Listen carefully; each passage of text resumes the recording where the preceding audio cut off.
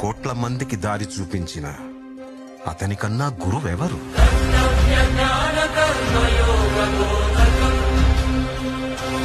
రక్షణ కోసం సముద్రం మధ్యలో ద్వారకా నగరాన్ని కట్టిన అతనికన్నా గొప్ప ఆర్కిటెక్ట్ ఎవరు? వేణుగానంతోనే గోవుల్ని గోపికల్ని కట్టిపడేసే అతన్ని మించిన మ్యూజిషియన్ ఎవరు?